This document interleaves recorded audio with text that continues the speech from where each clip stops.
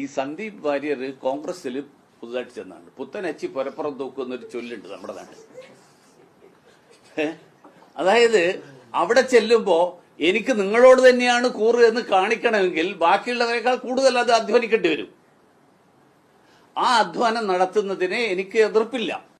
എന്നെ കുറിച്ച് പറഞ്ഞത് പുത്തനച്ചി പുരപ്പുറം തൂക്കുന്നാണ്.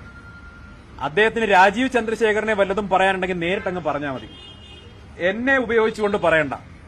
അദ്ദേഹത്തിന് ഇപ്പോ വി മുരളീധരനെയും സുരേന്ദ്രനെയും ഒക്കെ ബിജെപിയുടെ ജില്ലാ മീറ്റിംഗുകൾക്ക് പോലും വിളിക്കുന്നില്ല എന്നാണ് ഞാൻ കേട്ടത്.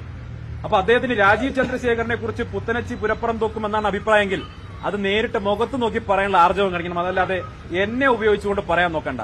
ഞാൻ കോൺഗ്രസ് പാർട്ടിയുടെ ഭാഗമായിട്ട് ഏകദേശം 8 മാസത്തോളായി. ഞാനിവിടെ ഇപ്പൊ പുതിയ ആളല്ല.